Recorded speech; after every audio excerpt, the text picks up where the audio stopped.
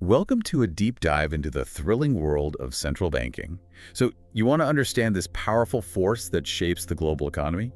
We're going on a journey through time from 17th century Sweden to the 21st century. By the end, you'll grasp how central banks evolved, the tools they use, and their impact on our lives. Buckle up. It's a wild ride full of booms, busts, and timeless lessons. It boils down to this: keeping the economy humming without unleashing inflation. Central banks constantly walk that tightrope. Okay, let's rewind to 17th century Sweden. I'm picturing Vikings, but what's the central banking scene like? Not quite Vikings. Imagine this. Their currency was copper coins, so heavy they literally weighed down the economy. People lugged around sacks of copper to buy anything. It was insanely impractical. Enter our first central banking rock star, Johann Palmstruch. Hero or villain, you decide. Ooh, intrigue. Why was his idea so radical? Palmstruch had this wild thought. Why not create a bank that issues paper banknotes, backed by those bulky copper coins? Like swapping lead weights for feathers, transactions became smoother, the economy perked up, and Sweden could even finance its wars more easily. Sounds like a win-win. Until it wasn't. Didn't he end up in jail? How does a central banker even end up in jail? Good ideas can be taken too far, right? Palmstruch, in his enthusiasm, went a little nuts with the printing press. He printed way more banknotes than those copper reserves could handle.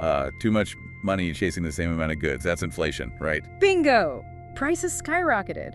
People lost faith in those banknotes, and boom, the whole system crashed. Palmstruch landed in prison, and Sweden learned a harsh lesson about creating money. But this isn't just ancient history. Palmstruch's story reveals a timeless dilemma that still keeps central bankers up at night. That's what's so fascinating. It's like history repeating itself. So this balancing act, economic growth versus runaway inflation, is still the main challenge for central banks today. Absolutely. How much money do you pump into the system to keep things running without prices going through the roof? That's the million-dollar question.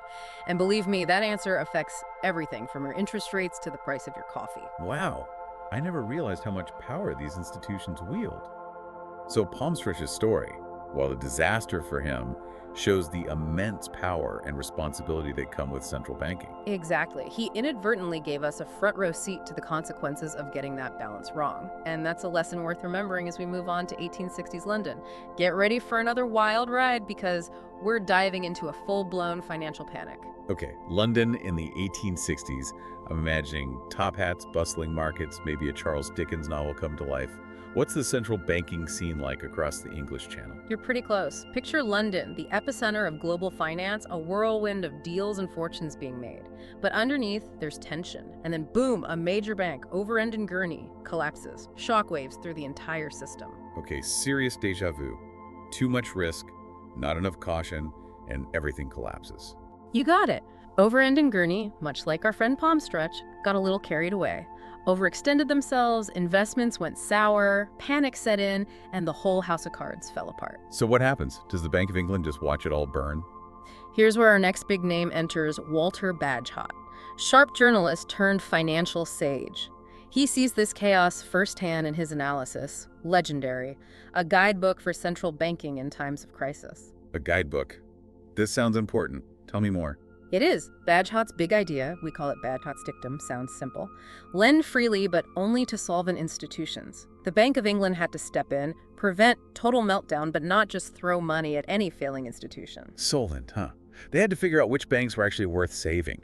Talk about pressure. You nailed it. Bagehot understood propping up doomed institutions would just worsen things, like patching a sinking ship with dollar bills. You need sound fundamentals. Makes sense, but way easier said than done in a panic. How do you even tell who's solvent when everyone's afraid of a system-wide collapse? You hit the nail on the head. Bagehot's dictum, brilliant in its simplicity, but debated and reinterpreted ever since. When is low cash flow a sign of insolvency? Where's the line? Questions that still keep central bankers up at night, even today. Wow, a 19th century dilemma still relevant today. Makes you wonder if we'll repeat the same mistakes. A sobering thought, isn't it? Echoes of Overend and Gurney and Bagehot's dictum will come up again when we discuss the 2008 crisis, you'll see. But let's shift gears and hop across the Atlantic to the US. The story of the Federal Reserve's birth. Fascinating. Secret meetings, powerful figures, a touch of conspiracy. Okay, you had me at secret meetings. Lay it on me. Picture this: 1910, Jekyll Island off the coast of Georgia. A group of the most influential figures in American finance meet, shrouded in secrecy. They called themselves the First Name Club, using only first names to avoid detection. Okay, full-on spy thriller vibes. What were they doing? Plotting to take over the world? Well, they were plotting to reshape American finance. You see, the U.S. had been hammered by devastating financial panics. The 1907 crisis, brutal, this secretive gathering on Jekyll Island. It was all about finding a solution to prevent these economic earthquakes. So not some evil scheme. They were trying to create stability. Exactly. Their solution: create a central bank for the United States, the Federal Reserve, or the Fed, one institution to manage the money supply, ensure financial stability, and act as the ultimate firefighter in a crisis. Amazing how an institution like the Fed was born from a crisis. But why all the secrecy? Why not just openly discuss creating a central bank? Ah, that's where the intrigue comes in. Back then, lots of skepticism about central banks. Many feared concentrating so much power in one place. The Jekyll Island attendees knew their ideas would be controversial. They opted for a discreet approach. Of course, that backfired when word got out, fueling those conspiracy theories that still linger today. Sounds like a PR nightmare. Controversy aside, the Fed was created with good intentions. Makes you realize, even with the best intentions, central banking is a delicate dance. Balancing power, responsibility, secrecy, transparency, a tough act. You said it. As we move into the 20th century, we'll see how the Fed, along with other central banks, grappled with this, sometimes succeeding spectacularly, and other times, well, let's just say there are some cautionary tales ahead. Okay, sensing a butt there. What kind of cautionary tales? You mentioned earlier that sometimes central banking goes very wrong. Yeah. What are some examples of that? Well, even with the best intentions, things don't always go according to plan. Right. Take the Weimar Republic in Germany after World War I. Correct. The Reichsbank, their central bank, was under immense pressure. Yeah. They had to finance the war effort and then deal with crippling reparations imposed by the Treaty of Versailles. To make matters worse, they made the fateful decision to print massive amounts of money, a desperate attempt to cover their expenses. Yeah. I remember learning about this in history class. Wasn't that when Germany experienced hyperinflation? It was. I can't even imagine dealing with that. It was a disaster of epic proportions. Imagine this. You need a wheelbarrow full of cash to buy a loaf of bread. Oh my gosh. That was the reality in Germany. Savings were wiped out, the economy spiraled out of control, and the social and political fabric of the nation was torn apart. So it wasn't just an economic crisis, it had a ripple effect on everything. Exactly. Wow. The German hyperinflation became a stark warning for the entire world, a textbook example of what happens when a central bank loses control of the monetary system. It demonstrated the devastating consequences of unchecked money printing and the vital importance of maintaining the public's trust in a currency. That's a terrifying thought. But too much intervention isn't the only danger, is it? What happens when a central bank doesn't do enough? You're thinking of the Great Depression. Yeah. This period offers a stark contrast to the German hyperinflation, showcasing the dangers of inaction. In the early 1930s, the U.S. Federal Reserve, still in its relative infancy, failed to grasp the severity of the economic meltdown. They tightened credit when they should have loosened it. So instead of stepping on the gas, they hit the brakes. Essentially, banks were failing left and right as people panicked and withdrew their savings, but the Fed, gripped by fear and outdated economic thinking, didn't step in with enough force to stem the bleeding. The money supply contracted, credit dried up, and the Great Depression tightened its grip on the world. It's fascinating how both these examples, while different in approach, led to such disastrous outcomes. What's the common thread here? In both cases, a lack of understanding about the interconnectedness of the global financial system played a role. Both crises were amplified by a failure to anticipate the ripple effects of seemingly isolated events. And let's not forget the role of politics. Central bankers are often caught in a tug-of-war between what's economically sound and what politicians are demanding. Right. Navigating those pressures is no easy feat.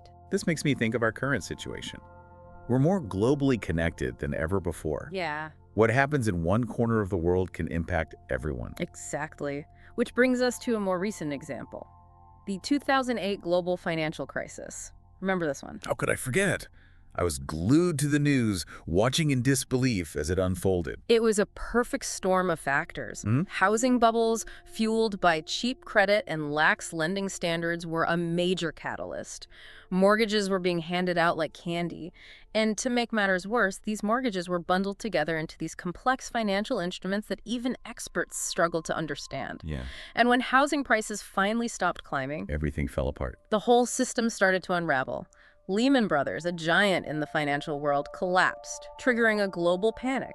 Banks stopped lending to each other, credit markets froze up, and the world watched in horror as the global economy teetered on the brink. It felt like the world was ending.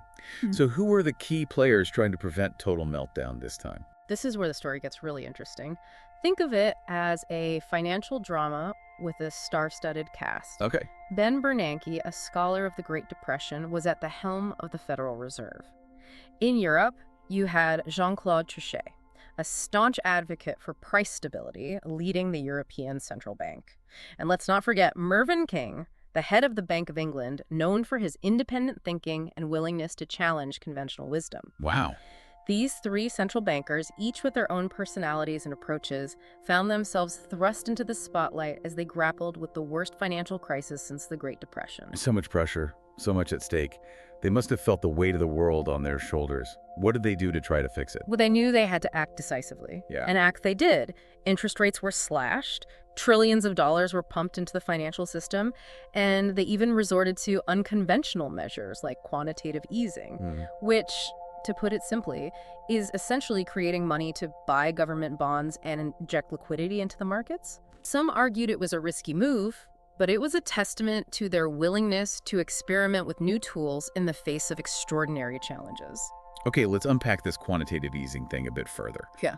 How does it actually work, and what were some of the potential downsides? You got it. It's a bit complicated, but imagine the central bank, like the Fed, essentially creating new money out of thin air. Don't worry, they don't have a magic wand or anything. It's all done electronically.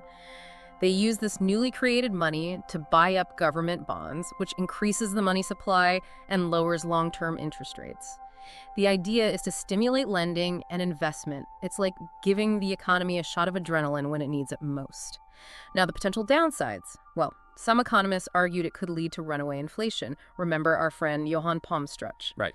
Printing too much money can have disastrous consequences. Others worried that quantitative easing would create asset bubbles, where the prices of things like stocks and real estate become artificially inflated. So it's a high-stakes game with no guaranteed outcomes. A bit like trying to perform surgery on the economy while blindfolded. Did it work? It's a mixed bag, to be honest. On the one hand, most experts agree that these aggressive interventions prevented a complete global financial meltdown. On the other hand, the long-term consequences of quantitative easing are still being debated today. Did it sow the seeds for future bubbles? Did it exacerbate wealth inequality? These are questions that we're still grappling with. It's incredible how much impact central banks have on our world. From those early days in 17th century Sweden to the complexities of the 21st century, it's clear that these institutions are powerful forces to be reckoned with. They are indeed, and their role is only going to become more crucial as we navigate the uncharted waters of the future. Speaking of the future, what are some of the challenges that central banks face as we move further into the 21st century? What keeps you up at night? That's the million-dollar question. We live in a time of unprecedented technological advancements, geopolitical shifts, and economic uncertainties. The rise of cryptocurrencies and digital assets, for example, presents a fundamental challenge to the traditional role of central banks. How do you regulate something that exists outside national borders? How do you ensure stability when the very nature of money itself is being redefined? These are questions that central bankers around the world are grappling with as they chart a course for the future. It sounds like we're entering uncharted territory. What a wild ride it's been. From Johann Palmstruch's misadventures with paper money to the intricacies of quantitative easing, I've learned so much about the power, the pitfalls, and the enduring relevance of central banking. Me too. And remember, this is just the tip of the iceberg. Central banking is a complex and constantly evolving field. But by understanding its history, its tools, and its impact on our lives, we can become more informed citizens, investors, and participants in the global economy. And on that note, I want to leave you with this final thought.